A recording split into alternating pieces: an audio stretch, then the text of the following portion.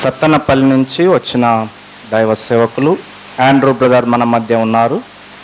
వారు అనుభవ సాక్ష్యాన్ని, కొద్దిసేపు వాక్యాన్ని పంచుకుంటారు. అన్నకి సమయాన్ని అప్పగిస్తారు. దేవుని పరిశుద్ధ నామమునికి స్తోత్రం కలుగును గాక. ప్రభు పేరిట మీకు అందరికీ వందనాలు తెలియజేస్తూ ఉంటున్నాను. ప్రభు మహాకృపను బట్టి ఈ దినమందు మీ మధ్యకు రావడానికి ప్రభు కృప చూపినందుకు నేను ఎంతగానో సంతోషిస్తూ ఉంటున్నాను. మరి నన్ను ఆహ్వానించినటువంటి నందకుమార్ అన్నగారికి, సోననాజర్ బ్రదర్కి ప్రత్యేకమైనటువంటి వందనాలు తెలియజేస్తూ ఉంటున్నాను. మరి ఈ దినమందు సిల్వర్ జూబిలీలో ప్రభువు యొక్క పరిచర్యలోనికి రావడం దేవుని అత్యున్నతమైనటువంటి ప్రణాళికలో భాగంగా తల్లి గర్భములో పిండమై రూపింపక మునిపే తనను దేవుడు ఏర్పరచుకొని ఒక అన్య కుటుంబము నుండి ప్రభు ఆకర్షించి ఆశ్చర్యకరమైనటువంటి రీతిలో అనేక మంది ప్రజలకు ఆశీర్వాదకరంగా పరలోక రాజ్య సంబంధమైనటువంటి సువార్తమానమును ప్రకటిస్తూ నశించుచున్న ప్రజలను దేవుని దగ్గరకు తీసుకురాగలిగినటువంటి ఒక అభిషేకాన్ని, ఆశీర్వాదాన్ని, ఆత్మ నడిపింపును ప్రభు అనుగ్రహించినందుకు నిజంగా గతకాలం 25 సంవత్సరాల కాలములో దేవుడు చేస్తూ వచ్చినటువంటి అనేకమైన కార్యములన్నిటిని బట్టి దేవుని స్తుతిస్తూ మరెన్నో సంవత్సరాలు ప్రభు పరిచర్యలో కొనసాగాలని సేవకునిగా ప్రత్యేకమైనటువంటి సంతోషకరమైన శుభాలను తెలియచేస్తూ ఉంటున్నాను. దేవునికి మహిమ కలుగును గాక. మరి ఈ సమయంలో నేను ఎవరిని అనేటువంటి విషయాన్ని కొంత సాక్ష్యం చెప్పిన తర్వాత ఇక్కడ ఉన్నటువంటి వారు కొంతమంది విని ఉండొచ్చు. అయినప్పటికీ కూడా ఈ సందర్భంలో ఈ సాక్ష్యం చెప్పాలని, పంచుకోవాలని నేను ఆశపడుతూ ఉన్నాను. ప్రియులరా, మాది మాచర్ల, గుంటూరు జిల్లా మాచర్ల, నాగార్జున సాగర్కు 24-25 కిలోమీటర్ల దూరంలో ఉన్నటువంటి మాచర్ల అనబడినటువంటి ప్రాంతం. అక్కడ మేము ఒక హిందూ కుటుంబం, అంటే మాది కూడా ఒక వడ్డెర కుటుంబం. మా ఇంటి పేరు బత్తుల. మా తాతలు ముత్తాతలు మాచర్లకు దగ్గరలో ఉన్నటువంటి కారంపూడి దగ్గర, మా గురజాలకు దగ్గరలో ఉన్న పులిపాడు, దైద, తేలుపుట్ల అనబడినటువంటి గ్రామాలు ఉన్నాయి. ఆ ప్రాంతాలలో ఉండేటువంటి వారు. కేసీపీ సిమెంట్ ఫ్యాక్టరీ ప్రారంభములో మాచర్ల రావటం జరిగింది. మా తాతలు ముత్తాతలు ఆ కేసీపీ సిమెంట్ ఫ్యాక్టరీకి చాలా కష్టపడి పనిచేసినటువంటి వారుగా ఉన్నారు. అక్కడే అలాగనే స్థిరపరచబడ్డారు. మా తాతగారు దైదబత్తుల రామయ్య అని పేరు. ఆయన పేరు ఆయన ఒప్పిచెర్ల అనబడినటువంటి ప్రాంతమునకు ఇల్లరికంగా వచ్చాడు. ఆయన అసలు వాస్తవానికి గురజాల దగ్గర ఉన్నటువంటి దైద అనబడినటువంటి ఊరు. ఆ ఊరిని బట్టి ఆయనకు దైదబత్తుల రామయ్య అనేటువంటి ఆ పేరు తనకు కలిగింది. అయితే అక్కడ నివాసం చేస్తున్నటువంటి సమయంలో ప్రియులరా, మా తాతగారికి 4 మగపిల్లలు, వారి తరపున ఒకే ఒక ఆడపిల్ల దేవుడిచ్చాడు. అయితే వారి అందరూ దైవికమైనటువంటి విధానం, దేవుని గురించిన విషయం ఏమీ తెలియదు. మా తాతలు ముత్తాతలు అందరూ కూడా వెంకటేశ్వర స్వామిని వెలవేల్పుగా కొలిసేటువంటి వారు. మా ఇంటి దగ్గర ఒక పెద్ద వేప చెట్టు ఉండేది. ఆ వేప చెట్టు చుట్టూ పసుపు కుంకాలు పెట్టేసి, సాంబ్రాణి కడ్డీలు వెలిగించి, కొబ్బరికాయలు కొడుతూ ఆ సంవత్సరానికి ఒకసారి ఆ చెట్టు చుట్టూ ఒక మేకపోతును తిప్పి దాని మీద నీళ్లు చల్లి అది జలతరించే అంతవరకు, దాన్ని అంటారండి, జలతరించడం అంటారా, అది బాగా ఒళ్ళంతా ఊపి అంతవరకు దానిని తిప్పుతూ ఉండేవారు. ఆ తర్వాత అది ఎప్పుడైతే జలతర చేసిందో అప్పుడు దానిని వధించటం చేస్తూ ఉండేవారు. మా ఇంట్లో వీరుల కత్తులు అనేటువంటివి ఇంత కత్తులు ఉండేవి.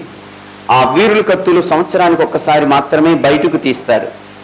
వాటిని ఉపయోగించి ఏం చేసేవారంటే పూజలు చేస్తారు. చాలా నిష్టగా గరిష్టగా చాలా పవిత్రంగా ఏం చేస్తారంటే చాలా పసుపు నీళ్లు చల్లుకొని వేపాకులు దాని మీద ప్రత్యేకంగా చల్లి ఆడించి అలాగూ చేస్తూ ఉండేటువంటి వారు. ఆ పరిస్థితులు మేము బాల్యదినముల నుండి ఇదే భక్తి అనుకుంటూ కొనసాగుతూ వస్తూ ఉండేవాళ్ళం. మా నాన్నగారు మా తాతగారికి పెద్ద కుమారుడు, ఆయన పేరు బత్తుల పిచ్చయ్య. ఈ పిచ్చయ్య అనబడినటువంటి ఆయనకు అంటే మా నాన్నగారికి మేము 4 మగపిల్లలం. ఆ 4 మగపిల్లల్లో ముందు 2 ఆడపిల్లలు పుట్టారు. వారి ఒక 2 అక్కయ్యలు మాకు. 3వ సంతానంగా మేము కమల పిల్లలం పుట్టాము. నేను మా తమ్ముడు 2 కమల పిల్లలం. మా ఇద్దరుకు రామలక్ష్మణులోని పేర్లు పెట్టి మమ్మల్ని ఖమ్మం జిల్లాలో ఉన్న భద్రాచలం తీసుకువెళ్ళి ఆ గోదావరి నదిలో స్నానం చేయించడానికి ముందు ఆ గోదావరి ఒడ్డున ఉంచి నెత్తి మీద ఎంట్రుకలు శుభ్రంగా తీసి నున్నటి గుండు చేయించి గోదావరిలో ముంచి ఆ తర్వాత గుళ్ళోకి తీసుకెళ్ళి షడగోపురం శతగోపురం పెట్టించేవాళ్ళు. ఇలాగూ భక్తి జీవితం కొనసాగుతూ ఉండేది మా భక్తి జీవితం.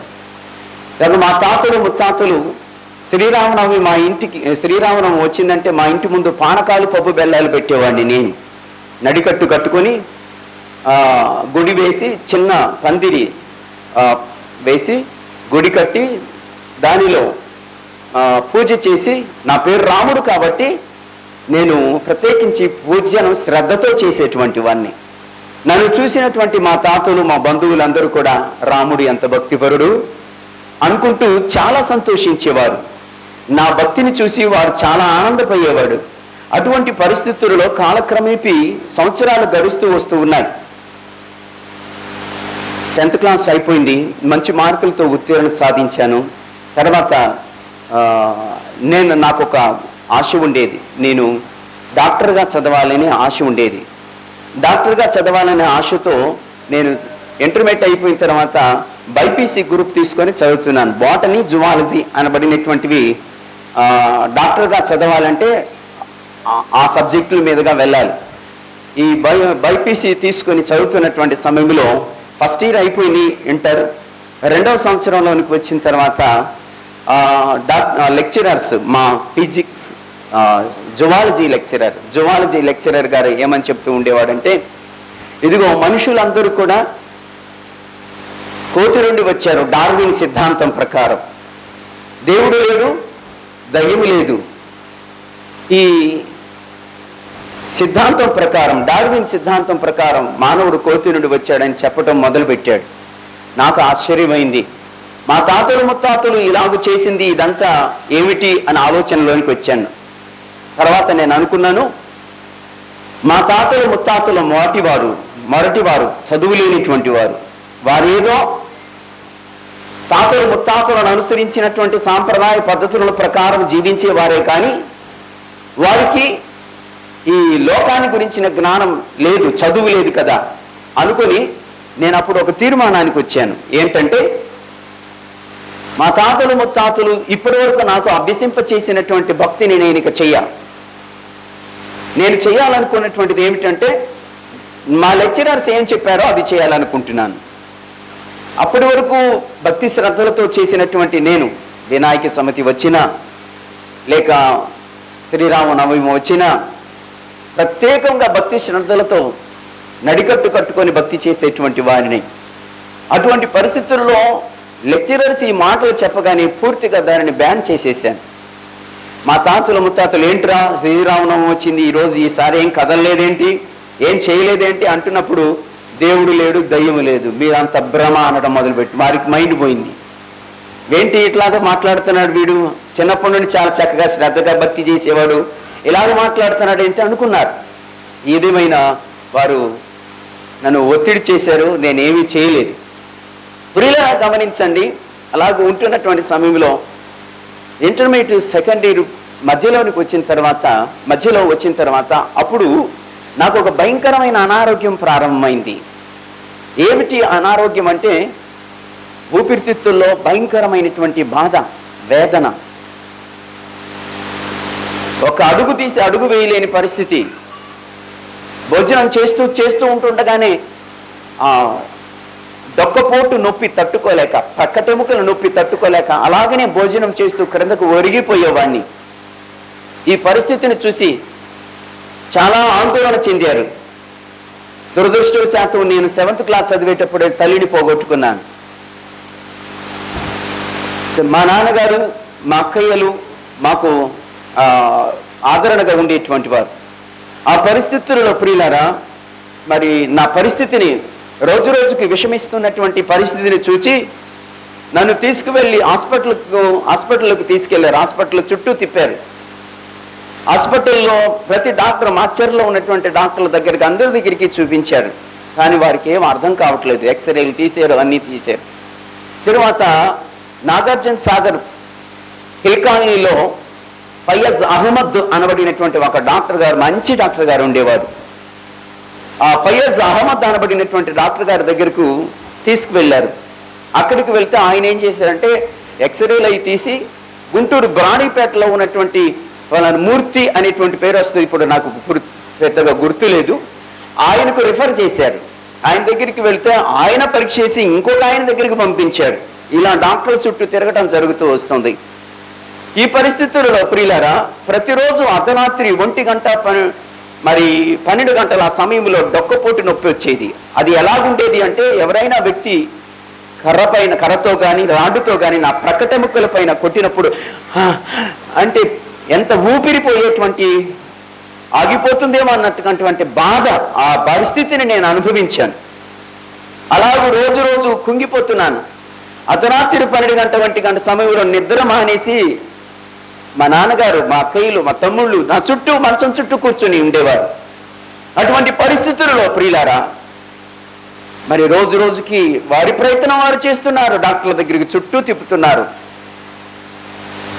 ఒకరోజు ఇలాగనే మంచంలో కృంగిపోయి ఉన్నటువంటి సమయంలో ఉదయకాలపు వేళలో ఒక ఆమె కూరగాయలు అమ్ముతూ మా ఇంటికి వచ్చింది. ఆమె ఒక హిందూ కుటుంబం నుండి రక్షించబడింది. నాయుళ్ళు కుటుంబం నుండి ఆమె రక్షించబడినటువంటి ఆమె యేసుప్రభు వారి గురించి చెప్పింది. అమ్మా, రోజు మీ తమ్ముడిని చూస్తూ ఉంటున్నాను, యవనస్తుడు మంచం నుండి లెగవలేక పరిస్థితుల్లో కుంగిపోతున్నాడు, ఏంటమ్మా పరిస్థితి అని చెప్పి అడిగింది మా అక్కయ్యను. అడిగినప్పుడు మా అక్కయ్య వివరంగా చెప్పింది ఇది పరిస్థితి అని. అయితే నేను ఒక మాట చెప్పమంటారా అన్నారు. ఆమె వచ్చి ఏమని చెప్పిందంటే, యేసు ప్రభు గొప్పవాడు, ఆయన మంచివాడు, స్వస్థపరుస్తాడు, మీ తమ్మునికి బాగు చేస్తాడు ఆయన. నేను కూడా చావు బ్రతుకుల్లో ఉన్నప్పుడు ప్రభు నన్ను స్వస్థపరిచాడు, ఆయన యందు నమ్మకం ఉంచితే ప్రభు కార్యం చేస్తాడమ్మా అని చెప్పిందట. ఆమె నా దగ్గరకు వచ్చి మా తమ్ముడితో మాట్లాడండి అమ్మా అని చెప్పినప్పుడు కూరగాయలు గంప పక్కన పెట్టేసి నా దగ్గరికి వచ్చి కూర్చొని, బాబు ఇలాగ నాయనా అని చెప్పటం ప్రారంభించింది. నేను అప్పటి వరకు భక్తి చేశాను. తర్వాత ఇంటర్మీడియట్లో ఏమన్నాను, దేవుడు లేడు, దైవం లేదన్నాను. ఇప్పుడు నా బాధ అధికమవుతున్నటువంటి పరిస్థితుల్లో ఆమె చెప్పిన మాటకు నేను తల వంచటం జరిగింది. అమ్మా, నన్ను స్వస్థపరిస్తే, నువ్వు చెప్పే దేవుడు నిజమైన దేవుడు అయితే నన్ను స్వస్థపరిస్తే నేను ఇక ఏమి చదవను, సేవకు సమర్పించుకొని జీవిస్తాను, నా విశ్వాస జీవితం అని దేవుని దగ్గర తీర్మానం చేసుకున్నాను. అలాగేనయ్యా రండి అని తీసుకువెళ్ళారు. అక్కడ ఒక దైవ సేవకులు రెడ్డి గారు, మా ఆత్మీయ తండ్రి గారు రెడ్డి గారు, వారు నర్సాపేటకు దగ్గరలో ఉన్నటువంటి ముప్పాల అనబడిన గ్రామానికి ప్రక్కన ఉన్నటువంటి చాగంటి వారిపాలెము అనబడిన గ్రామంలో ఉన్న అన్నపురెడ్డి నరసింహారెడ్డి ఆయన పేరు. అన్నపురెడ్లు వారు అక్కడి నుండి మాచర్లకు వచ్చారు. వారి జీవితంలో దేవుడు కార్యాలు చేసిన బట్టి వారు సేవ చేస్తూ ఉన్నారు. ఆ పరిస్థితులు వారి దగ్గరికి తీసుకెళ్ళినప్పుడు ఇంకా పెద్ద సేవకులు వారి దగ్గరికి వచ్చారు. ఆ రోజే నేను రావటం జరిగింది. ఇట్లాగ మీటింగ్ జరుగుతున్న సమయంలో సేవకులు నా పైన చేయి ఉంచి ప్రార్థన చేశారు. ఆనాటి నుండి ప్రతిరోజు అర్ధరాత్రి 12 గంటలు 1 గంట సమయంలో వచ్చే నొప్పి ఆగిపోవటం జరిగింది. నాకు కొంత ఆలోచన ప్రారంభమైంది. ఎవరైనా డాక్టర్ల దగ్గరికి వెళ్ళి మెడిసిన్స్ వాడుతున్నా, ఇంజెక్షన్ తీసుకుంటున్నా, ఏ మాత్రం కూడా తగ్గుముఖం పట్టలేదు. ఈరోజు ఇలా జరగటం ఏంటి అని ఆలోచనకు వచ్చింది నాకు. నిజమైన దేవుడు నీవే అయితే ఇక నేను డాక్టర్ దగ్గర నుండి తీసుకొచ్చిన మెడిసిన్ ఏదైతే ఉందో, ఈ గోళీలు కానీ లేకపోతే ఇంజెక్షన్స్ కానీ ఏవైతే ఉన్నా అస్సలు నేను వాడను. బ్రతికితే నీ కొరకు బ్రతుకుతా, నీవు నన్ను బ్రతికిస్తే బ్రతికించు, నీవు నిజమైన దేవుడు అయితే బ్రతికించు, నీవు బ్రతికిస్తే నీ కోసం సేవ చేస్తానని తీర్మానం చేసుకున్నానండి. ఆశ్చర్యకరమైన రీతిలో ప్రభు నన్ను సంపూర్ణంగా స్వస్థపరిచాడు. ఆనాటి నుండి ఈనాటి వరకు ఆ బాధ రాలేదు. దానికి సంబంధించిన డాక్టర్ దగ్గరికి నేను వెళ్ళనూ లేదు. ఆశ్చర్యకరమైనటువంటి రీతిలో ప్రభు నా జీవితంలో స్వస్థత కార్యాన్ని చేశాడు.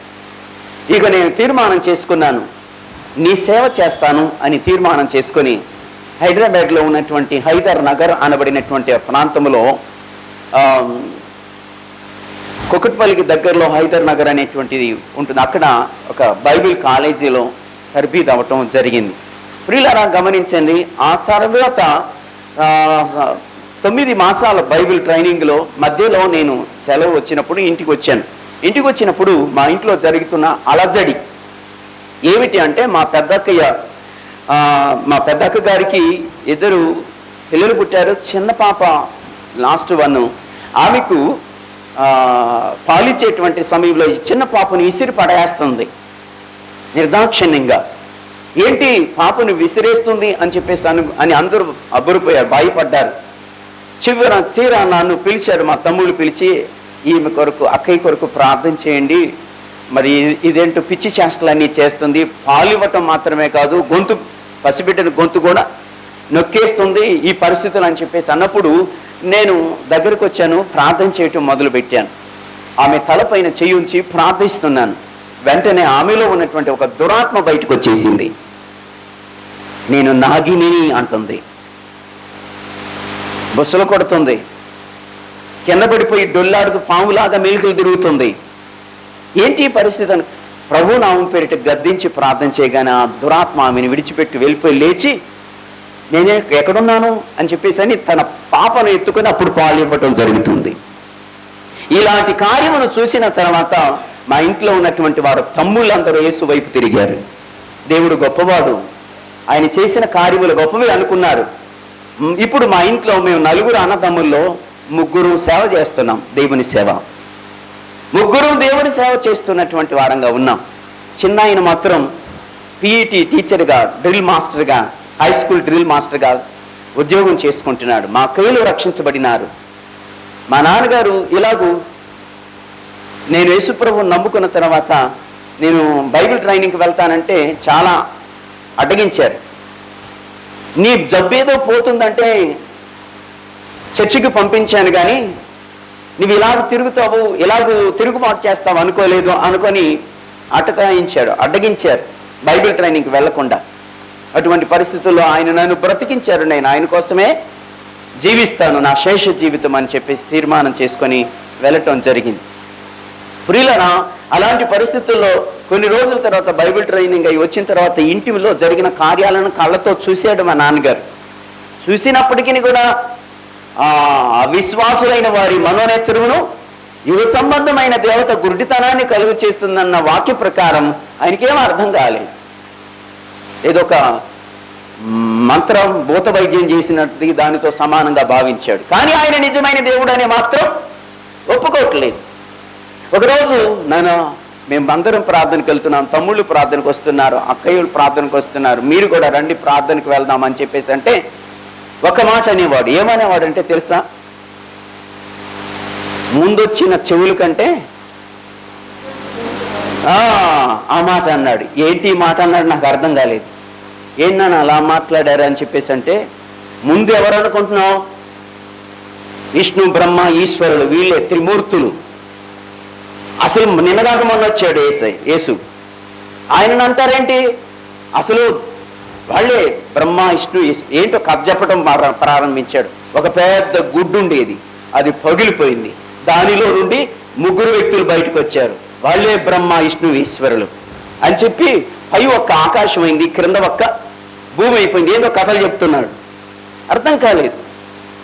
ఇలాంటి పరిస్థితుల్లో హేతువాదానికి దిగాడు. ఇక చెప్పటం ఇలా కుదరదని అనుకొని దేవుని సన్నిధిలో కూర్చొని, ప్రభువా మా నాన్నగారిని రక్షించాలి, నేను మిమ్మల్ని గురించి తెలియక ముందు నా తల్లిని పోగొట్టుకున్నాను, ఆమెను రక్షణలోనికి నడిపించుకోవటం నాకు తెలియలేదు, నాకే లేదు రక్షణ. నేను రక్షించబడిన తర్వాత నా తండ్రి గారు రక్షణ పొందకుండా చనిపోతే మాత్రం నన్ను లెక్క అడుగుతావు అని దేవుని సన్నిధిలో కూర్చొని భీష్మించుకొని ప్రార్థన చేయటం ప్రారంభించాను. ప్రభు ఆశ్చర్యకరమైన రీతిలో మా నాన్నగారిని మార్చేశాడు, రక్షించాడు. ఎంత వ్యతిరేకంగా మాట్లాడాడో ఆయన ఒకరోజు మోకరించి ప్రార్థన చేయటం నేను చూశాను. మారు మనసు పొందారు, బాప్తిసం తీసుకున్నారు, ప్రభు రాజ్య వారసునిగా మారారు. ఇలాగ మా కుటుంబంలో గొప్ప అద్భుతమైనటువంటి కార్యాలు దేవుడు జరిగించడం జరిగింది. మొట్టమొదట మా వంశంలోనే యేసుప్రభు అంటే తెలియదు. యేసుప్రభుని గురించి తెలుసుకుని ఆ తర్వాత తమ్ముళ్ళు ఇద్దరు సేవ చేయటం, మా ఇంటి వారందరూ రక్షించబడటం దేవుడు కృప చూపించినటువంటి కార్యం. యేసుక్రీస్తు వారు గొప్పవాడు, ఆయన నీతిమంతుడు, ఆయన పరిశుద్ధుడు, ఆయన పాపము లేనిటువంటి వాడు. మన పాపములన్నిటినీ కూడా ఆయన భుజముల మీద మోసి మనకు రావాల్సిన శిక్షణ ఆయన తీసుకొని మనల్ని క్షమించి విడిపించిన ప్రేమామయుడు ఆయన. అట్టి ప్రేమ కలిగిన దేవుణ్ణి మనం ఎప్పుడైతే తెలుసుకుంటామో మన జన్మ జీవితాలు ధన్యమవుతాయి. దేవునికి మహిమ కలుగునుగాక. ప్రేమతో మనవి చేస్తుంటున్నాను ప్రియులారా, యేసు ప్రభు అంటే ఒక కులానికి, మతానికి, దేశానికి, ప్రాంతానికి, వర్గానికి చెందినటువంటి వాడు కాదు. ఆయన నిజమైన దేవుడు, పరిశుద్ధుడు. నా యందు పాపమున్నదని మీలో ఎవరైనా స్థాపించగలరా అని స్పష్టంగా చెప్పినటువంటి దేవాది దేవుడు. పవిత్రుడును, నిర్దోషియు, నిష్కల్మషుడును, పాపులలో చేరక ప్రత్యేకంగా ఉన్నవాడు, ఇట్టి ప్రధాన యాజకుడు మనకు సరిపోయిన వాడని లేఖనాలు చెప్తున్నటువంటి సత్యమును గ్రహించినాను. ప్రియులారా, ప్రేమతో మనం చేస్తున్న ఇంకా ఇక్కడ ఎవరైనా యేసు ప్రభు అంటే ఒక కులానికి, ఒక మతానికి చెందిన దేవుడు అనుకుంటే భ్రమపడుతున్నారు. కానీ యేసు ప్రభు నిజమైన దేవుడని తెలుసుకోగలిగినాడు. మీరు తప్పనిసరిగా గొప్ప ధన్య జీవులుగా మార్చబడతారని సేవకునిగా మనవి చేస్తుంటున్నాను. నమ్మండి, యేసు ప్రభు వారు గొప్పవాడు, పరిశుద్ధుడు, పాపము లేనిటువంటి వాడు. మనందరి పాపములను ఆయన భుజముల మీద మోసినటువంటి వాడు. పాపమును తీసివేయాలి అంటే పరిశుద్ధుడు కావాలి. ఎవరు పరిశుద్ధుడు? నా యందు పాపం ఉన్నదని మీరు ఎవరైనా స్థాపించగలరా అని చెప్పినటువంటి ఆయన పాపము లేని పరిశుద్ధుడు. పాపము లేని వాడు పాపిని రక్షించుటకు సమర్థుడు, శక్తివంతుడు. పాపము చేసేవాడు పాపిని ఎలా రక్షించగలరు? గుడ్డివాడు గుడ్డివానికి త్రోవ చూపించగలరా? ఒకవేళ గుడ్డివానికి దారి చూపించడానికి గుడ్డివానిని జత చేస్తే ఇద్దరు వెళ్ళి గుంటలో పడతారు. ముక్కు, మూతి, 16 పళ్ళు దెబ్బతింటాయి. కానీ గుడ్డివానికి దారి చూపించడానికి మంచివాడు కావాలి. అలాగనే పాపులను రక్షించడానికి పరిశుద్ధుడు కావాలి. ఆ పరిశుద్ధుడు యేసుక్రీస్తు ప్రభువారు. ఆయన నా జీవితంలోనికి వచ్చి నా జీవితాన్ని మార్చివేశాడు. ఆశ్చర్యకరమైన రీతిలో దేవుడు నా జీవితంలో కార్యం చేశాడు. ఇటు ప్రేమ కలిగినటువంటి దేవుని ఎప్పుడైతే మన జీవితాలలో విశ్వాసం ఉంచుతామో నమ్మకం, ప్రశాంతత, శాంతి, సమాధానం, ఆరోగ్యం, ఆనందం, ఎన్నో కార్యాలు, దీవెనకరమైన కార్యాలు ప్రభు చేస్తాడు. ఎంతోమంది పరిచర్యలోనికి వచ్చిన తర్వాత రోగులు, దయ్యములు పట్టిన వారు, చేతబడి శక్తులతో పీడించబడుతున్నటువంటి వారు, భయానకమైనటువంటి పరిస్థితుల్లో కురింగిపోతున్న వారిని ఎంతో మందిని బాగు చేయటం ప్రభు బాగు చేయటం అనేటువంటిది జరిగింది. ఈరోజు సేవకునిగా మనం చేస్తున్నాను. యేసు ప్రభు నీతి గల పరిశుద్ధ దేవుడు. ఇప్పుడైనా ఆయన యందు విశ్వాసం ఉంచండి. బైబిల్ గ్రంథం చెప్తుంది, నమ్ముట నీ వల్ల అయితే నమ్మువానికి సమస్త. నమ్మి బాప్తీసం పొందిన వారు నమ్మని వానికి శిక్ష అని బైబిల్ గ్రంథం చెప్తుంది. బొందిలో ప్రాణముండగానే యేసు ప్రభువును రక్షకునిగా తెలుసుకుంటే మన జీవితం, జన్మ ధన్యమైనట్లే. దేవునికి స్తోత్రం. కనుక సేవకునిగా మనం చేస్తుంటున్నాను. యేసు ప్రభు వారు ఒక కులానికి, మతానికి, దేశానికి, ప్రాంతానికి చెందినవాడు కాదు. కానీ ఆయన మంచి దేవుడు, ఆయన పరిశుద్ధుడు, పాపము లేనివాడు. అట్టి ప్రభు అయిన యేసుక్రీస్తు ప్రభువును నేను రక్షకునిగా అంగీకరించి మా కుటుంబం అంతా ప్రభు వైపు తిరిగినట్లుగా మీరు కూడా ఇంకా ఎవరైతే యేసు ప్రభువుకు దూరంగా జీవిస్తున్నారో, ఆయన అంటే ఒక కులానికి, మతానికి చెందిన వారిని భ్రమిస్తూ భావిస్తున్నారు, వద్దు ఆ ఆలోచనలు, ఆ అపోహలను కట్టిపెట్టేసి ఇక మీదట యేసుక్రీస్తు ప్రభువును విశ్వసించి ఆయన మార్గములను నడుచుకోండి. ప్రభు ఎన్నో గొప్ప కార్యాలు మీ జీవితంలో జరిగించడానికి సిద్ధంగా ఉన్నాడు. అట్టి కృపగలిగిన దేవుడు మీ జీవితాలలో ఈ సాక్ష్యము ద్వారా మీ కన్నులు ప్రకాశింప చేయనట్లు కార్యాలు చేయునుగాక. చిన్న ప్రార్థన చేసుకొని కొద్ది మాటలను దేవుని వాక్యాన్ని ధ్యానం చేద్దాం. తలలు వంచండి. ప్రేమగల తండ్రి, పరిశుద్ధుడు అయిన యేసుదేవ, మీ అద్భుత నామమును బట్టి ప్రార్థిస్తూ మీ సహాయాన్ని కోరుతున్నాం. ఈ శ్రేష్టమైన సమయంలో మీ దాసులు సూర్యనారాయణ బ్రదర్ను మీరు ప్రేమించి ప్రభు పరిచర్యలోనికి గత 25 సంవత్సరాల క్రితం ప్రభువా మీరు పిలుచుకున్నారు, ప్రతిష్ఠించారు, ఏర్పాటు చేశారు. ఈ ప్రాంత ప్రజలకు దీవెనకరంగా ఉండుట కొరకు మీరు ఏర్పాటు చేసుకున్నారు. అందుకు వందనాలు. ఈ 25 సంవత్సరాల కాలంలో ఎదురైనటువంటి ప్రతి శ్రమలు, ఒత్తిడులు, బాధలు అన్నిటిని మీ కుమారుడికి మీరు తోడై ఉండి మీరు బలపరుస్తూ నడిపించినందుకు వందనాలు. జరిగిపోయిన కాలానికి కృప చూపిన దేవా, జరగనున్న కాలానికి మితిలేని మీ కృప ఆవరించునుగాక. కృపతో దీవించి మహిమ పొందమని సమయంలో కొద్ది మాటలను మీ వాక్యాన్ని మేము ధ్యానం చేయడానికి కూడా కృప చూపండి. ప్రకటించబడిన సాక్ష్యం ప్రజల హృదయాలలో ఫలభరితంగా ఉండునుగాక. మహిమ మీరు పొందండి. యేసయ్య నామం పేరిట ప్రార్థిస్తున్నాను తండ్రి, ఆమేన్. పరిశుద్ధ గ్రంథమైనటువంటి బైబిల్లోని మాటలను చదువుదాం. ఇర్మీయా గ్రంథం 29వ అధ్యాయం 11వ వచనం, యెషయా గ్రంథం 14వ అధ్యాయము 24వ వచనం, యెషయా గ్రంథం 46వ అధ్యాయం 11వ వచనములో వ్రాయబడినటువంటి మాటలు ఏం చెప్తున్నాయో చదువుదాం. దయచేసి మీరందరూ కూడా మీ బైబిల్ తీసి చూడాలని కోరుతూ ఉంటున్నాను. ఇర్మీయా గ్రంథం 29వ అధ్యాయము 11వ వచనం ఇలాగ రాయబడింది: నేను నిన్ను గూర్చి ఉద్దేశించిన సంగతులను ఎరుగుదును, రాబో కాలమునకు అవి మేలుకరమైన ఉద్దేశములే గాని హానికరమైన ఉద్దేశములు కావు. ఇది ప్రభువు యెహోవా అని దేవుని వాక్యం చెప్తుంది. దేవునికి స్తోత్రం. ప్రియులారా, జాగ్రత్తగా వినండి. దేవునికి మనుషుని విషయంలో ఒక ఉద్దేశం ఉంది. ఉద్దేశము అంటే అర్థం ఏంటి? ప్రణాళిక. అంటే ముందుగా దేవుడు తన మనసులో నిర్ణయించుకున్న ప్రణాళిక. మనిషి విషయంలో దేవుడు ఒక ప్రణాళిక కలిగి ఉన్నాడు. తల్లి గర్భములో పిండమై రూపింపకమునిపే దేవుడు ఒక ప్రణాళికతో మనిషిని సృష్టిస్తాడు. బ్రదర్ సూర్యనారాయణ గారిని ఈ ప్రాంతంలో పరిచర్య చేయటం కోసం ఆయన ప్లాన్ ఉంది, ఆయన ఉద్దేశం ఉంది. ఈ ప్రాంతంలో తాను సేవ చేయాలి, ఈ ప్రాంత ప్రజలకు తాను దీవెనకరంగా ఉండాలనేది దేవుని ప్లాన్, ప్రణాళికలో భాగం, దేవుని ఉద్దేశం. ఈ దేవుని ఉద్దేశము అనబడినటువంటిది చాలా గొప్పది. ముందుగా నిర్ణయించబడిన ప్రణాళిక,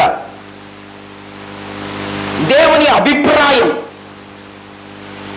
దేవుడు ఆలోచించుకున్నటువంటి విషయం. ఈ ఉద్దేశాలను గురించి ఆలోచన చేస్తే దేవునికి మనుషుల విషయంలో చాలా ఉద్దేశాలు ఉన్నాయి. ఒక్కొక్కరి విషయంలో దేవునికి ఒక ఉద్దేశం ఉంది. ఆయన ఉద్దేశం లేకుండా ఎవరిని తల్లి గర్భంలో పిండముగా ప్రారంభించలేదు. నవమాసాలు తల్లి మోసి వారిని భూమి మీదకు తీసుకొచ్చేటువంటి విధంగా దేవుడు కృప చూపించకపోతే అది జరిగే విషయం కాదు. దేవుని ప్రణాళిక ఏదో ఉంది, ఉద్దేశం ఉంది. ఆ ఉద్దేశాన్ని తెలుసుకోవాలి. దేవుడు ఏమంటున్నాడు? నేను నిన్ను గురించి ఉద్దేశించిన సంగతులను నేను ఎరుగుదును, అవి రాబో కాలమునకు నిరీక్షణ కలిగినట్లు సమాధానకరమైన ఉద్దేశాలే కానీ హానికరమైన ఉద్దేశాలు మాత్రం కాదు. మనుషుల ఉద్దేశాలు చాలా ఉంటాయి. మనుషులు ఒక్కొక్క ఉద్దేశాలు కలిగినటువంటి వారుగా ఉంటారు. పిల్లల్ని అడిగారనుకోండి, పిల్లలను స్కూల్లో ఉన్నటువంటి పిల్లలు, నీ ఉద్దేశం ఏంటి? నీవు భవిష్యత్తులో ఏమో కావాలనుకుంటున్నావు? డాక్టరా, యాక్టరా, ఎలక్ట్రీషియనా, లేకపోతే ఏంటి అబ్బాయి అని అంటే ఏం చేస్తాడు వాడు? ఏం చేస్తాడు? నేను డాక్టర్నండి, నేను ఇంజనీర్నండి. కొంతమంది అయితే నేను రాజకీయవేత్తను కావాలండి అని. వారికి ఏదో ప్రణాళికలు ఉంటాయి, ఉద్దేశాలు ఉంటాయి. ప్రతి పిల్లలు వారిలో ఏదో ఒక ఉద్దేశాలను బయలుపరుస్తూ ఉంటారు. పిల్లల ఉద్దేశాలు అలా ఉంచండి, తల్లిదండ్రుల ఉద్దేశాలు అలా ఉంటాయి. మా వాడిని బాగా చదివించి మంచి ఉద్యోగం చేయించి చక్కగా వారు కలకల్లాడుతుంటే, కారుల్లో తిరుగుతుంటే ఆనందించాలని ఉందండి తండ్రి ఉద్దేశాలు, తల్లిదండ్రుల ఉద్దేశాలు అవి. మనుషుల ఉద్దేశాలు నిరర్ధకమైపోవచ్చేమో కానీ దేవుని ఉద్దేశాలు మాత్రం నిరర్ధకం కావు. దేవుని ఉద్దేశాలను తప్పకుండా నెరవేర్చి తీరుతాడు. అందుకే అంటున్నాడు, అవి రాబో కాలములకు నిరీక్షణ కలుగునట్లు అవి మేలుకరమైన ఉద్దేశాలే కానీ హానికరమైనవి మాత్రం కావు అని ఖచ్చితంగా చెబుతూ ఉన్నాడు. అర్థం చేసుకుంటున్నాడు, దేవుడి ఉద్దేశాలను నెరవేరుస్తాడు. యెషయా 14:24 వ్రాయబడినటువంటి మాట చూడండి. అక్కడ ఏమంటున్నాడు? యెషయా గ్రంథం 14వ అధ్యాయం 24వ వచనం, సైన్యములకు అధిపతికి యెహోవా ప్రమాణపూర్వకంగా ఇలాగ సెలవిస్తున్నాడు, నేను ఉద్దేశించినట్లు. అది కథ. చూసారా? నేను ఉద్దేశించినట్లు, నేను ఏ ఉద్దేశం అయితే కలిగి ఉన్నానో, ఏ ప్రణాళిక కలిగి ఉన్నానో, ఏ ఏర్పాటు కలిగి ఉన్నానో అది తప్పకుండా నేను జరిగిస్తాను. 46:11 కూడా చదవండి. యెషయా గ్రంథం 46:11 చదవండి. దూరదేశము నుండి నేను యోచించిన కార్యమును నెరవేర్చువానిని పిలుచుచున్నాను. నేను చెప్పి ఉన్నాను, దాన్ని నెరవేరుస్తాను. ఉద్దేశించి ఉన్నాను, ఉద్దేశాలను సఫలపరుస్తాను అంటున్నాడు దేవుడు.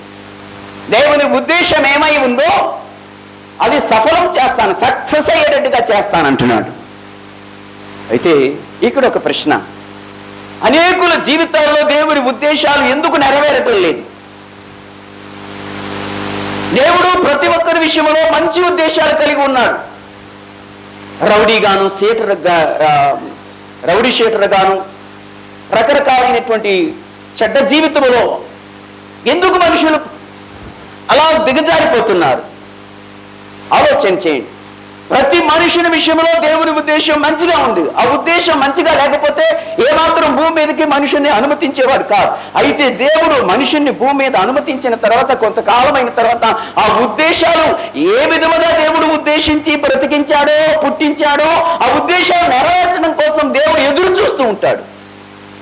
అయితే దేవుని ఉద్దేశం నెరవేరే లోపం మనుషుడు సొంత ఉద్దేశాలను ఏర్పాటు చేసుకుంటే ట్రాక్ తప్పుతాడు అన్నమాట. అర్థమవుతుందా? దేవుని ఉద్దేశం ఏమిటి నా జీవితంలో అని ఎప్పుడైతే ఒక మనుషుడు దేవుని ఉద్దేశం కోసం ఎదురు చూస్తాడో ఆ ఉద్దేశంలో మనుషుని దేవుడు ఎంత సక్సెస్ చేస్తాడు.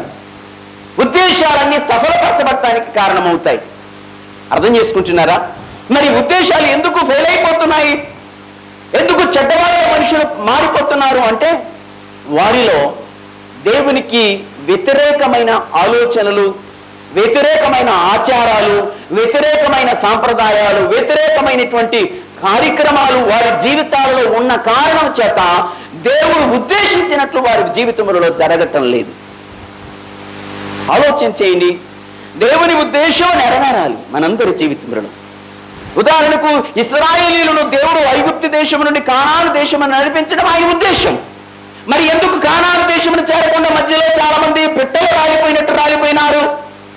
అవిధేయత, అపవిత్రత, అహంకారం, దేవునికి వ్యతిరేకమైనటువంటి కార్యాలలో వారు చోటిచ్చారు, జీవించారు. ఆ కారణం చేత వారు దేవుని ఉద్దేశంలోనికి వెళ్ళలేదు, సొంత ఉద్దేశాలలో పతనమైపోయినారు. ప్రియులారా, ఆలోచన చేయండి. దేవుడు ఉద్దేశించాడు కానాను తీసుకువెళ్ళడం అందరినీ, లేకపోతే కొంతమందిని మాత్రమే తీసుకెళ్ళ. ఈ అరణ్యములో పెట్టెలు రాలిపోయినటువంటి వారి విషయంలో దేవుని ఉద్దేశం లేదా? ఉంది.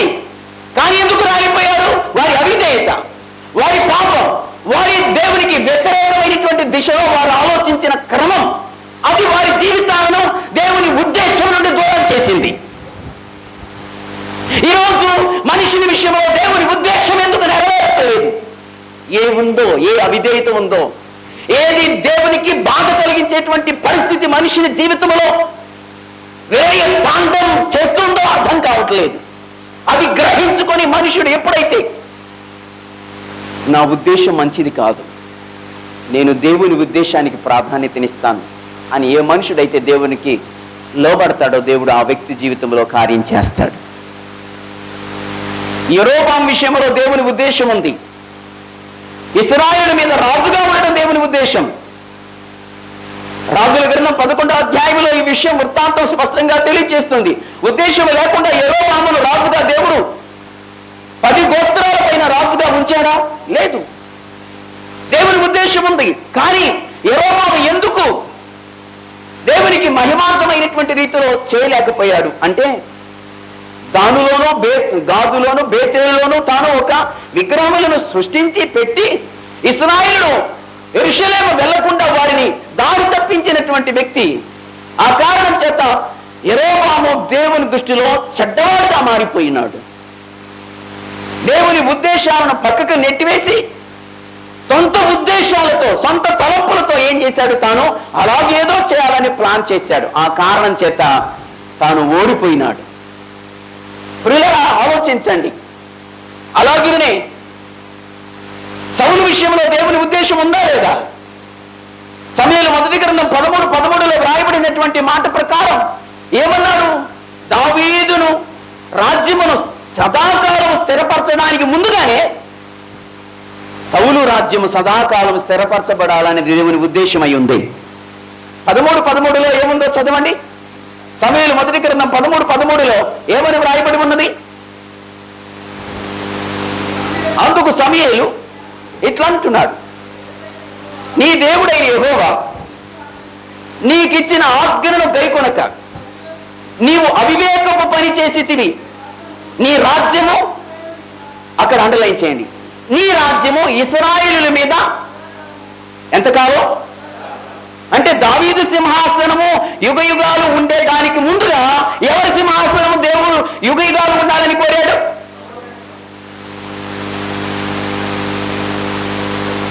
సదాకాలము నీ రాజ్యము ఉండాలని నేను తలంచి తిని కాని, అంటే ఉద్దేశించి తిని కాని, ఇప్పుడేమంటున్నాడు?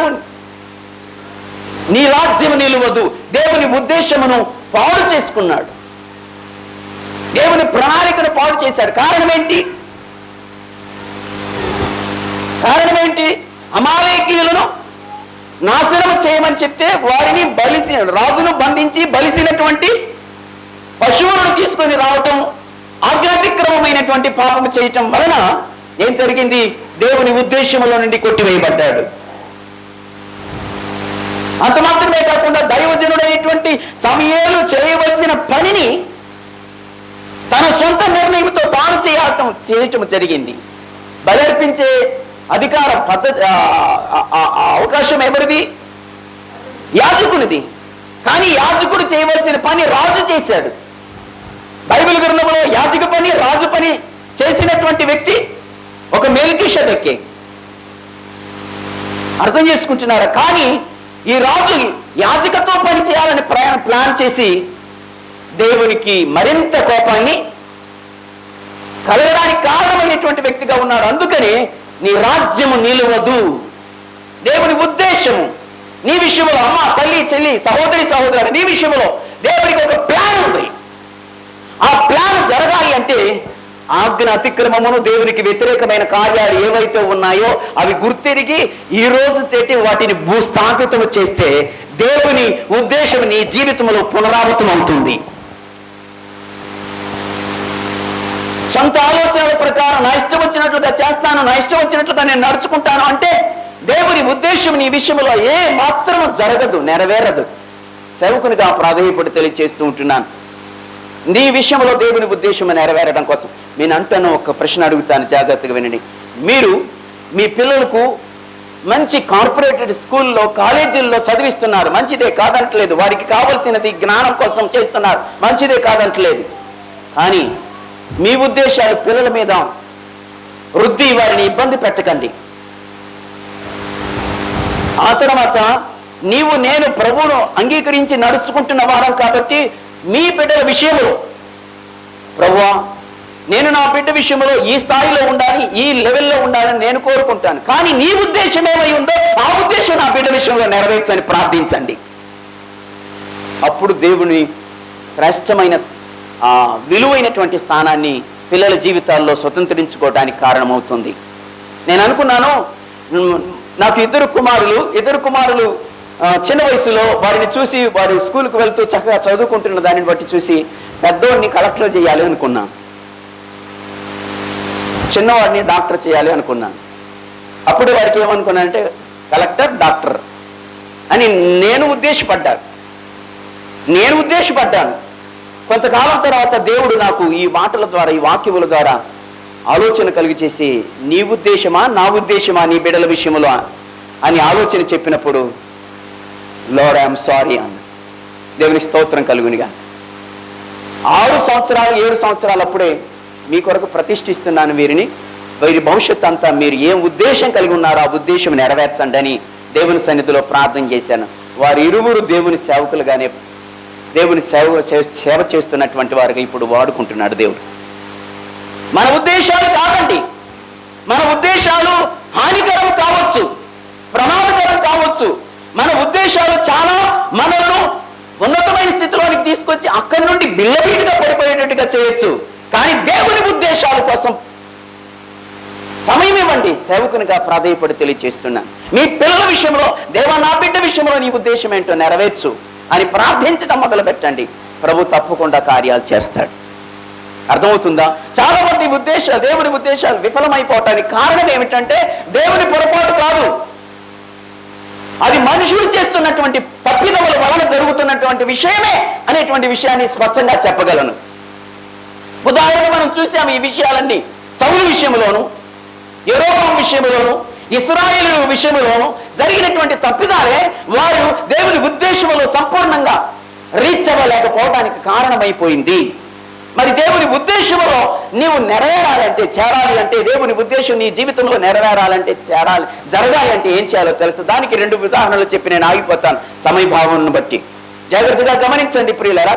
బైబిల్లో ఒక వ్యక్తికి 17 సంవత్సరాలప్పుడే దేవుడు తన ఉద్దేశాన్ని బయలుపరిచాడు. ఆయన ఎవరో? రైట్, దేవునికి స్తోత్రం కలుగును గాక. సంతోషం. అవును, 17 సంవత్సరాలప్పుడే యోసేపు విషయంలో దేవుడు తన ఉద్దేశం ఏంటో బయలుపరిచాడు. యోసేపు చిన్ననాటి నుండి కూడా చాలా భయభక్తులు కలిగిన వాడు, తండ్రిని గౌరవించేవాడు, సహోదరులను ప్రేమించేటువంటి తత్వము కలిగినటువంటి వాడు. అలాంటి స్థితిలో జీవిస్తున్నటువంటి వ్యక్తి ఒకరోజు 17 సంవత్సరాల వయసులో తనకు ఒక కళ వచ్చింది. ఏమిటి ఆ కళ అంటే, ఎవల చేలో ఉన్నారు, అందరూ పనలు కడుతున్నారు. ఆ పనలు కడుతున్నటువంటి సమయంలో యోసేపు యొక్క పన లేచి నిలబడింది. అన్నయ్యల యొక్క పనలన్నీ యోసేపు పనకు సాగిలపడింది అని రాయబడింది మాటలు. అది ఒక కళ కన్నప్పుడు అన్నయ్యలకు చెప్పినప్పుడు కలలుగానే వాడు వచ్చాడని పగబెట్టుకున్నారు, కోపం పెంచుకున్నారు. కానీ అది దేవుని ప్లాన్, అది దేవుని యొక్క ఉద్దేశం. యోసేపు విషయంలో ఒక అధికారిగా, ఒక ఉన్నతమైన స్థానంలో, ఒక రాజుగా, ఏలుబడి చేసే స్థానంలో దేవుడు నిలపాలి అన్నది యోసేపు విషయంలో దేవుని ఉద్దేశం. ఆ కళ తర్వాత ఇంకొక కళ కూడా వచ్చింది. సూర్యుడు, చంద్రుడు, 11 నక్షత్రములు కూడా యోసేపు కొరకు సాష్టాంగపడి నమస్కారం చేస్తున్నాయి. ఆ విషయం తండ్రి గారికి చేరవేసినప్పుడు తండ్రి మందలించడం జరిగింది. మేము కూడా, తల్లిదండ్రులు మేము కూడా మీకు సాగిలపడాలా అని అన్నాడు. కానీ యోసేపుకు వచ్చిన కళను జ్ఞాపకం పెట్టుకున్నాడట. ఎవరండి? యాకోబు. యోసేపుకు కలిగినటువంటి ఆ దర్శనాన్ని, కళను జ్ఞాపకం ఉంచుకున్నాడు యాకోబు. కాలక్రమేపీ యోసేపు అన్నయ్యల దగ్గరికి వెళ్ళాడు. పొలములో వారు పశువుల కాపరులు కాబట్టి, లేక గొర్రెలను మేపుతున్నటువంటి సమయంలో వారి దగ్గరకు షెకెము వైపునకు వెళుతున్నటువంటి సమయంలో అక్కడ జరిగిన సంఘటన మన అందరికీ తెలిసినటువంటి విషయమే. అతని మీద పగబట్టి అతనిని ఐగుప్తీయునికి అమ్మివేయటం అనేటువంటిది జరిగింది. అక్కడ నుండి ప్రారంభమైంది ఎవరి చరిత్ర? యోసేపు దర్శనం నెరవేరటం ప్రారంభమైంది. యోసేపు యొక్క విషయంలో దేవునికి ఉన్న ప్రణాళిక నెరవేరటం ప్రారంభమైంది. ఆ ప్రణాళిక అలాగ ఉంటున్నటువంటి సమయంలో ఏం చేశాడు? అన్నయ్యలు కొట్టారు, నీళ్లు లేని బావిలో వేశారు. తర్వాత ఐగుప్తునికి అమ్మటం జరిగింది. ఆ తర్వాత ఇటువంటి కష్టాలు, ఇబ్బందులు పడుతున్నా కానీ యోసేపు దేవుని ప్రణాళిక విషయంలో, దేవుని ప్రణాళిక లేక దేవుని యొక్క ఉద్దేశం నెరవేర్చబడటం కోసం ఓర్చుకున్నాడు, సహించుకున్నాడు. పిండబడ్డాడు, వస్త్రం పిండబడ్డట్టు పిండబడ్డాడు. ఎక్కడ? ఐగుప్తులో. ఐగుప్తులో పిండబడ్డాడు. ఎంత భయంకరమైన వేదనను అనుభవించాడు. తన చేత మేలు పొందుకున్న వారు కూడా మరిచిపోయినటువంటి పరిస్థితి. ఇటువంటి శ్రమలు అన్నింటిలో కూడా యోసేపు పరిశుద్ధతను ఎక్కడా విడిచిపెట్టలేదు. అందుకనే దేవుని ప్రాణంలోనికి చేరుకోగలిగినాడు. ఆలోచించి, నీ జీవితంలో దేవుని ప్రణాళిక సంపూర్ణంగా నెరవేరాలి అంటే పరిశుద్ధత విషయంలో రాజీ పడద్దు. పొతీఫరు భార్య తన పైకి ఎలాగూ వచ్చిందో మనకందరికీ తెలిసిన చరిత్రే. అటువంటి పరిస్థితుల్లో అక్కడి నుండి పారిపోయినాడు కాబట్టి, కానీ పాపమునకు ఏమాత్రమును కూడా సంధి చేసుకున్నవాడు కాదు. ఆ కారణం చేతనే యోసేపు దేవుని యొక్క ప్రణాళికలు సంపూర్ణంగా నెరవేరడానికి కారణమైనటువంటిదిగా మనం గమనిస్తున్నాం. ఈరోజు నీ విషయంలో దేవుని ఉద్దేశం సంపూర్ణంగా నెరవేరడం కోసం దేవుడు ఎదురు చూస్తున్నాడు. అలాగైతే నీవు నీ పరిశుద్ధ జీవితాన్ని కాపాడుకోవలసిన అవసరం ఉంది. నీ నమ్మకత్వాన్ని దేవుని ఎదుట కనపరచబడవలసిన అవసరత ఉన్నది. నీ మంచితనాన్ని కనపరచబడవలసిన అవసరత ఉంది. దేవునికి సన్నిహితమైనటువంటి జీవితాన్ని నీవెప్పుడు కూడా ఎక్కడా కూడా భంగం చేయకూడదు అనేటువంటి విషయాన్ని స్పష్టంగా మీకు తెలియజేస్తున్నాను. అర్థం చేసుకుంటున్నారా? ఒక పక్కన భక్తి చేస్తూ ఇంకొక పక్కన యుక్తి చేసే వారిగా ఉంటే దేవుని ప్రణాళిక, దేవుని ఉద్దేశం వారి జీవితంలో సఫలం కానేరదు. నీ జీవితంలో దేవుని ఉద్దేశం సంపూర్ణంగా నెరవేరాలని ఇక్కడ దేవుని ఉద్దేశంలో ఉన్నటువంటి వ్యక్తులు దేవుని కొరకు ఇంకా అనేక ఆత్మలను సంపాదించాలని తపన కలిగిన వారు ఉన్నారేమో నాకు తెలియదు. నీ విషయంలో తల్లి గర్భంలో పిండముగా రూపింపక మునిపే దేవుడు నీ విషయంలో ఆ ఉద్దేశం కలిగి ఉన్నాడో నాకు తెలియదు. ఒకవేళ అలా కాకుండా నీవు ఒక మంచి ఆఫీసర్ స్థానంలో ఉండాలని దేవుని ఉద్దేశం అయి ఉండి దానికి తగిన విధంగా సాక్ష్య రూపంగా సాక్ష్య జీవితాన్ని నీవు జీవిస్తూ అనేకులను ప్రభు దగ్గరికి నడిపించాలని నీ విషయంలో ఉద్దేశం ఉందో నాకు తెలియదు. కానీ మొదటికి ప్రతి ఒక్కరి విషయంలో దేవునికి రాబో కాలమునకు నిరీక్షణ కలుగునట్లు మేలుకరమైన సమాధానకరమైన ఉద్దేశాలే కానీ హానికరమైనవి కావు ప్రతి ఒక్కరి జీవితంలో. మరి నీ విషయంలో దేవునికి ఉన్నటువంటి ఆ ఉద్దేశం నెరవేరడం కోసం ఈ రోజు నీవు యోసేపు వలె నీ పరిశుద్ధ జీవితాన్ని ప్రతిష్ఠించుకొని జీవించగలిగిన నాడు దేవుడు నిన్ను ఉన్న స్థలము నుండి ఉన్నతమైన స్థలానికి తీసుకువెళ్ళగలడు. ప్రజల దృష్టిలో నీవు చులకనగా ఉండొచ్చు, తీసి పారవేయబడిన వ్యక్తిగా ఉండవచ్చు. తీసి పారవేయబడిన రాయే తలకు మూల రాయేటట్లుగా చేస్తాడు దేవుడు. యోసేపును తృణీకరించారు, తోలనారారు. కానీ యోసేపును దేవుడు ఏం చేశాడు? హెచ్చించాడు. సహోదరులందరి ముందు హెచ్చించాడు. ఏ ప్రణాళిక అయితే యోసేపు విషయంలో దేవుడు కలిగి ఉన్నాడో ఆ ప్రణాళిక అక్షరార్థంగా నెరవేరింది. ఈరోజు సేవకునిగా మనం చేస్తున్నా నీ విషయంలో దేవునికి ఒక ప్రణాళిక ఉంది. 25 సంవత్సరాల క్రితం సేవలోనికి రావక మునుపు దేవుని ప్రణాళిక, దేవుని యొక్క ప్లాన్, ఉద్దేశం బ్రదర్ విషయంలో ఉంది. అందుకని దేవుడు ఈ స్థలానికి తీసుకొచ్చాడు, ఇక్కడ స్థాపించాడు, ఇక్కడ నాటాడు, ఇక్కడ అనేకులకు ఆశ్రయంగా ఆధ్యాత్మిక జీవితాలకు ప్రోత్సాహం కలిగి చేయటం కోసం దేవుడు నిర్ణయించాడు. ఈ ఉద్దేశాన్ని తన దీనత్వము, తన ప్రార్థన, తన విశ్వాసము, తన విధేయత దేవుడు దానిని వృద్ధిలోనికి తీసుకురావడానికి కారణమైంది. నేను అనుకుంటాను ఒక్కోసారి అన్నగారు శాంతకుమార్ అన్నగారి దగ్గర ఎంత వినయముతో విధేయతో ఇంత పెద్ద పరిచర్య చేస్తున్నప్పటికీ కూడా ఆత్మీయంగా నన్ను బలపరిచి స్థాయిలోనికి తీసుకొచ్చిన వ్యక్తిని ఎక్కడా కూడా బాధ పెట్టకూడదు అనేటువంటి మనసు ఉన్నటువంటి వ్యక్తిగా నేను గుర్తించాను. ఆయన అయితే నాకు ఎప్పుడు చెప్పలేదు.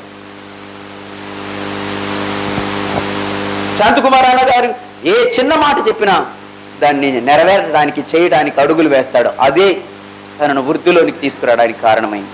వినయము, విధేయత, సాత్వికత్వము, ప్రేమ, ఆప్యాయత, అనురాగాలు, ఆత్మ ఫలాలు ఏ వ్యక్తిలో అయితే తొణికిసలాడుతూ ఉంటాయో ఆ వ్యక్తిని తప్పకుండా తన ఉద్దేశములో సంపూర్ణంగా నెరవేర్చి తన మహిమను ఆ వ్యక్తి ద్వారా చాటుకుంటాడు. ఖచ్చితంగా నేను చెప్పగలను. యోసేపు విషయంలో అక్షరార్థంగా అదే జరిగింది. మరి నా జీవితంలో ఎందుకు దేవుని ప్రణాళిక నెరవేరటం లేదు, ఉద్దేశములు ఎందుకు నెరవేరటం లేదంటే కాజేంటో తెలుసుకోండి. దేవునికి స్తోత్రం కలుగునిగా. దావీదును గురించి కూడా దావీదు చాలా తీసి పారవేయబడినటువంటి వాడు, ఎన్నిక లేనటువంటి వాడుగా ఉన్నాడు.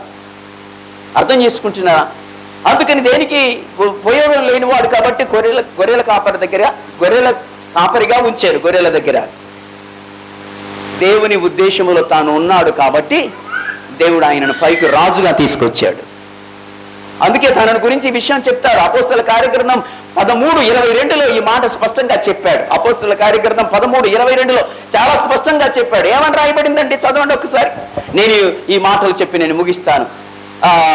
అపోస్తల కార్యగ్రంథం 13:22 తర్వాత అతనిని తొలగించి దావీదును వారికి రాజుగా ఏర్పరచెను. మరియు ఆయన నేను యెషయ కుమారుడు అని యెషయ కుమారుని కనుగొంటిని. అతడు నా ఇష్టానుసారుడైన మనుషుడు, అది చూసారా నా ఉద్దేశములన్నీ. మరి దేవుని ఉద్దేశం నీవు ఎప్పుడైనా నెరవేర్చాలని ఆశపడ్డావా? నా ఉద్దేశములన్నీ నెరవేర్చువాడు అన్నాడు. అందుకని దావీదును దేవుడు ఏం చేశాడు? నా ఇష్టానుసారుడు, నా చిత్తానుసారుడు, నాకు ప్రియమైన వాడు అని చెప్పి దావీదు సింహాసనం సదాకాలము స్థిరపరచబడడానికి దేవుడు వాగ్దానం చేశాడు. ఈరోజు నీవు దావీదు ఆ స్థాయికి రావడానికి కారణం దినమునకు 7 మారులు దేవుడిని స్తుతించేవాడు. త్యాగము, తెగింపు, దేవుని కొరకు శూర కార్యాలు చేసినటువంటి మనస్తత్వం తనలో ఉంది. నేను చనిపోయినా పర్వాలేదు కానీ ఇశ్రాయేలు ప్రజలను ఈ గొలియాతు బానిసత్వం నుండి విడిపించాలి, ఈ గొలియాతు సవాలు నుండి బయటకు తీసుకురావాలని త్యాగముతో, తెగింపు. అందుకే అతని గురించి ఏమన్నా తెగించి, దావీదు తెగించి అని రాయబడింది ఆయనను గురించి. త్యాగం, తెగింపు కలిగినటువంటి వ్యక్తి. ప్రియులారా, ప్రార్థనాపరుడు, తెగింపు కలిగిన వ్యక్తి, దేవుని కొరకు ఎదురు చూసినటువంటి ఒక వ్యక్తి. అందుకని దేవుడు తన విషయంలో తన ఉద్దేశాలు సంపూర్ణంగా నెరవేర్చాడు. ఈరోజు నీ విషయంలో, నా విషయంలో దేవుని ఉద్దేశాలు సంపూర్ణంగా నెరవేర్చబడటం కోసము దేవునికి ఎక్కడ ఆయాసకరమైనవి, బాధకరమైనవి ఉన్నావో వాటిని తీసివేయటం మంచిది. అందుకే దావీదు 139వ కీర్తనలో చివరిలో ఏమంటాడండి? నీకు ఆయాసకరమైనది ఉన్నదేమో చూచి నన్ను నిత్య మార్గములో నడిపించు అని కోరుకున్నాడు. మరి నీవు నేను అలాగూ చేయగలిగితే దేవుడు మన జీవితంలో తన ఉద్దేశాలు సంపూర్ణంగా నెరవేరుస్తాడు. మనందరి జీవితాలలో దేవుడు అనుకున్నది, దేవుడు ఉద్దేశించింది తప్పనిసరిగా జరుగుట కొరకు మనమందరం దేవునికి అందుబాటులో ఉన్న భక్తి జీవితంలో మనుషులను మెప్పించే భక్తి చేయొద్దు. దేవుని మెప్పించేటువంటి భక్తి జీవిత విధానంలో మనం ఎప్పుడు కొనసాగలుగుతూ ఉంటే దేవుడు మనందరి జీవితంలో తన ఉద్దేశాన్ని సంపూర్ణంగా నెరవేరుస్తాడు. అట్టి దేవుని ఉద్దేశం ప్రతి ఒక్కరి జీవితంలో నెరవేర్పు కలుగునట్లుగా పరిశుద్ధాత్మ దేవుడు ఈ మాటల ద్వారా మీ అందరికీ ప్రోత్సాహాన్ని కలిగించుట కొరకు సహాయం చేయునుగాక. తలలు వంచండి, ప్రార్థన చేద్దాం. ప్రేమగల తండ్రి, మీకు వందనాలు. ఈ ప్రత్యేకమైన సమయంలో మిమ్మల్ని స్తుతిస్తున్నాం.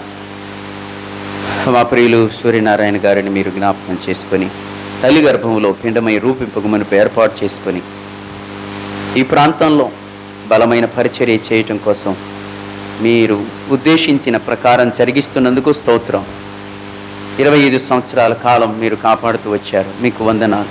ఇంకా రానున్న దినాలలో కూడా మీ ఉద్దేశం సంపూర్ణంగా నెరవేర్పు జరుగునుగాక. తోడై ఉండి మహిమ పొందమని ఈ మాటల ద్వారా ప్రతి ఒక్కరికి ఆశీర్వాదం, ప్రోత్సాహం, దీవెన కలుగునట్లుగా సహాయం చేయండి. మహిమ మీరు పొందండి. మీ పరిశుద్ధాత్మ కార్యం జరిగించమని స్తుతులు చెల్లిస్తూ కృపను కోరుతూ యేసు ప్రభువారి ఘనమైన నామం పేరిట ప్రార్థిస్తున్నాను తండ్రి. ఆమేన్. Thank you.